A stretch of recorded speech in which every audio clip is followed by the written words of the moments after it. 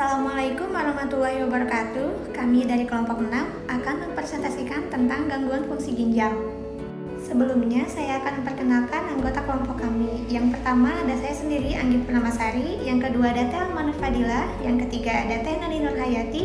Yang keempat ada Teh Risma Dwi Januari. Yang kelima ada Kang Farhan Faisal. Yang keenam ada Teh Sapuro. Slide selanjutnya akan dibacakan oleh teman-teman saya.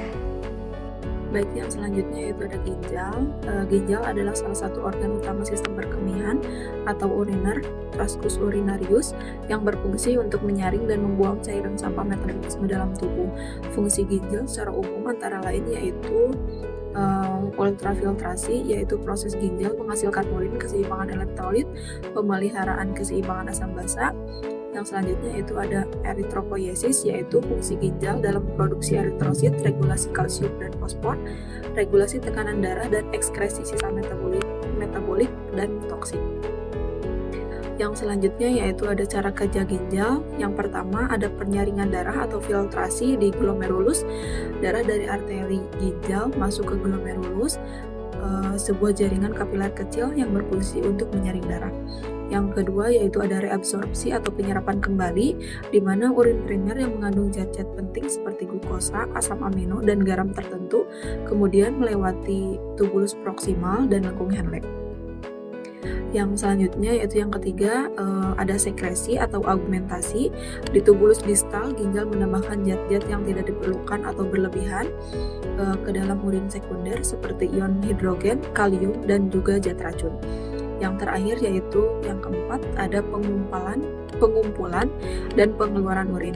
Urin yang telah terbentuk dialirkan ke saluran pengumpul, kemudian menuju pelvis ginjal, ureter, dan akhirnya ditampung di dalam kandung kemih. Saya dari kelompok 6 akan melanjutkan pembahasan yaitu tentang cara kerja ginjal, di mana saya akan membahas tentang creatinine clearance test atau CCT. CCT adalah pemeriksaan laboratorium yang digunakan untuk menilai fungsi ginjal dengan mengukur kemampuan ginjal dalam membersihkan kreatinin dari darah melalui urin.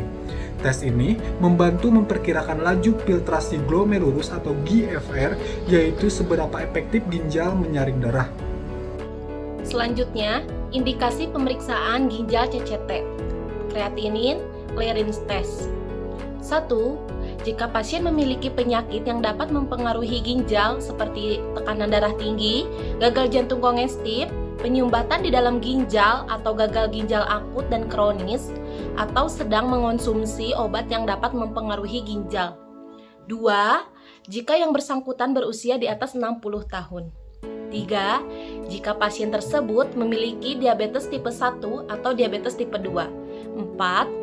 Atau jika pasien memiliki gangguan ginjal dengan tanda-tanda seperti mual, muntah, kehilangan nafsu makan, merasakan kelelahan dan kelemahan yang tidak biasa, susah tidur, terjadi perubahan frekuensi buang air kecil, atau timbul pembekakan pada kaki dan pergelangan kaki.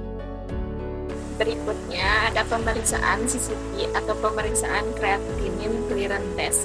Pemeriksaan creatinine clearance test lebih baik disertai dengan pemeriksaan kadar ureum. Nilai normal creatinine clearance adalah 107-127 ml per menit.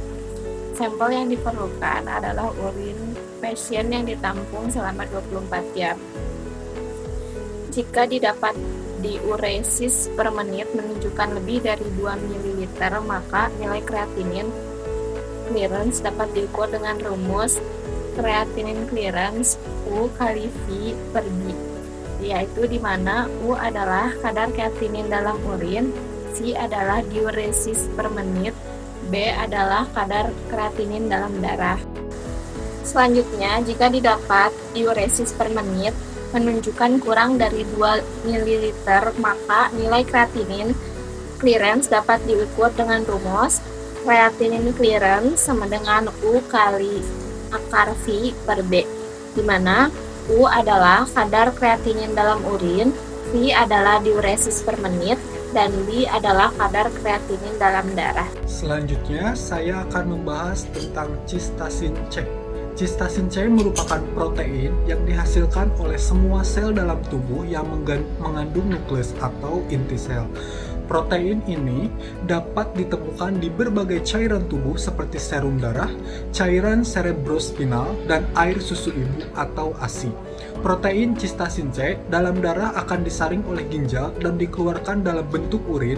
Cystasin C akan disaring oleh ginjal lewat pembuluh darah kecil ginjal yang bernama glomerulus.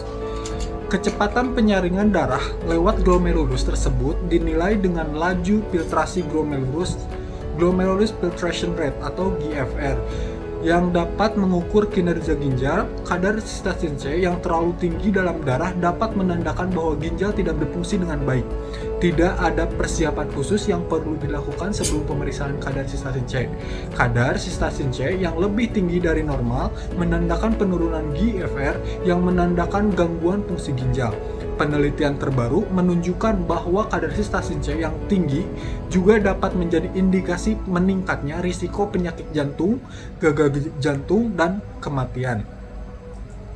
Kadar cystasin C diukur menggunakan metode immunotubidinimetri atau immunonepheolometri. Pemeriksaan cystasin C dapat digunakan untuk melihat resiko terjadinya penyakit ginjal kronik pada penderita diabetes mellitus. Akurasi diagnostik pemeriksaan serum cystasin C lebih baik dari kreatinin untuk penilaian perubahan laju filtrasi glomerulus LFG pada diabetes mellitus. Di pemeriksaan laboratorium ada yang pertama metode enzim linked immunosorbent assay atau ELISA. Prinsip pemeriksaan ini merupakan pemeriksaan kuantitatif secara sandwich enzim immunoassay. Antibodi monoklonal spesifik untuk cystatin C sebelumnya dilapisi ke mikroplate standar dan sampel dipipet ke dalam well. Jika terdapat cystatin C, maka akan diikat oleh antibodi. Setelah pencucian substansi yang tidak berikatan, sebuah enzim pengikat antibodi monoklonal spesifik atau enzim linked monoklonal antibodi spesifik untuk cystatin ditambahkan ke dalam well. Kemudian dilakukan pencucian untuk membuang reagen antibodi enzim yang tidak berikatan. Lalu larutan substrat ditambahkan ke dalam well dan warna yang terbentuk secara proporsional menunjukkan jumlah cystatin yang berikatan pada tahap awal.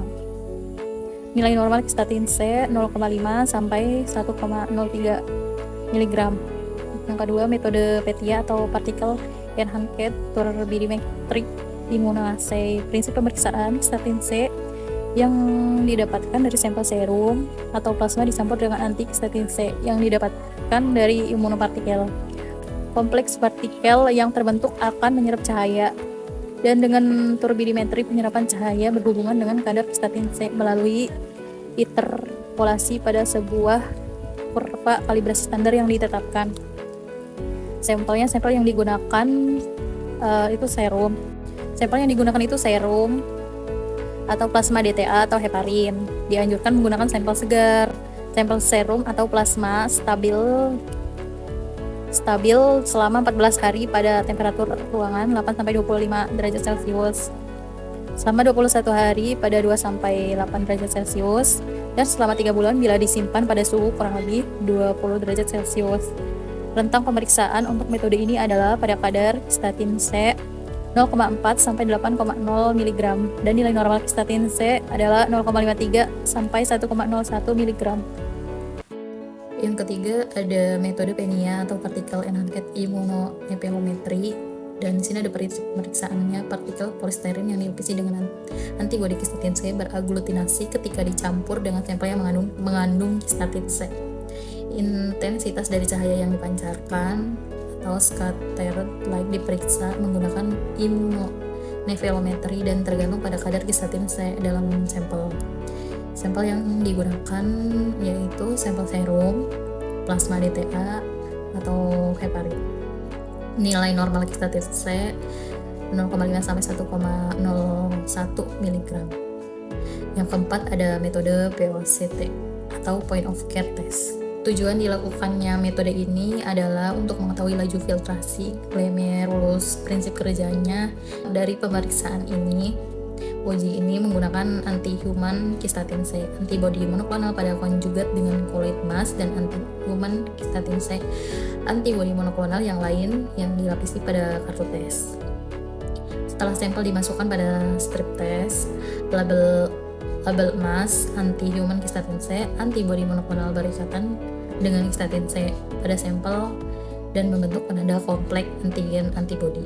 Kompleks ini berpindah zona kartu deteksi tes, kemudian penanda kompleks antigen antibodi ditangkap pada garis tes oleh anti-human cystatin C. Antibodi monoklonal yang lain yang menampakkan satu garis merah keunguan pada garis tes. Semakin tinggi intensitas warna pada garis tes menunjukkan jumlah proporsi cystatin C pada sampel. Nilai normalnya cystatin C 0,51 sampai 1,09 mg. Selanjutnya, ada beberapa kelainan pada gangguan fungsi ginjal. Pertama, ada gangguan ginjal akut, di mana penurunan fungsi ginjal secara tiba-tiba akibat cedera, dehidrasi, atau penyumbatan saluran kemih, ditandai dengan berkurangnya produksi urin, pembengkakan, dan gangguan pernapasan. 2. Gagal ginjal kronis, di mana penurunan fungsi ginjal yang berlangsung lama, biasanya lebih dari 3 bulan, sering disebabkan oleh hipertensi, diabetes, atau penyakit autoimun dengan gejala seperti sesak nafas, pembengkakan, dan kelelahan. 3. Ada batu ginjal, di mana terbentuknya kristal mineral yang menyumbat saluran kemih, menyebabkan nyeri hebat dan darah dalam urin.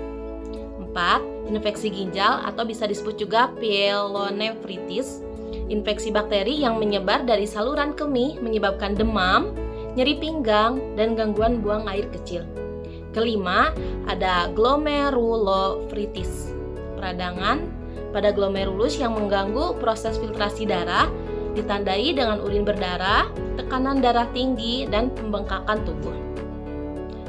Yang keenam, ada nefropati diabetik, di mana kerusakan ginjal akibat diabetes yang tidak terkontrol menyebabkan urin berbusa dan pembengkakan. Terakhir, yang ketujuh, ada sindrom nefrotik dan nefritis, di mana kelainan yang menyebabkan kebocoran protein dalam urin dan peradangan pada ginjal. Kesimpulan dari materi ini yaitu ginjal merupakan organ vital yang berfungsi menyaring darah dan membuang limbah metabolisme melalui proses filtrasi, reabsorpsi, dan sekresi di unit fungsionalnya yaitu nefron. Proses ini menghasilkan urin yang kemudian dikeluarkan dari tubuh. Selain itu, ginjal juga berperan penting dalam menjaga keseimbangan elektrolit, asam basa, tekanan darah, serta produksi sel darah merah. Fungsi ginjal dapat dipantau melalui pemeriksaan seperti creatinine clearance test dan kadar cystatin C yang membantu menilai efektivitas penyaringan darah oleh ginjal. Baik, sekian presentasi dari kami. Mohon maaf bila ada kesalahan. Wassalamualaikum warahmatullahi wabarakatuh.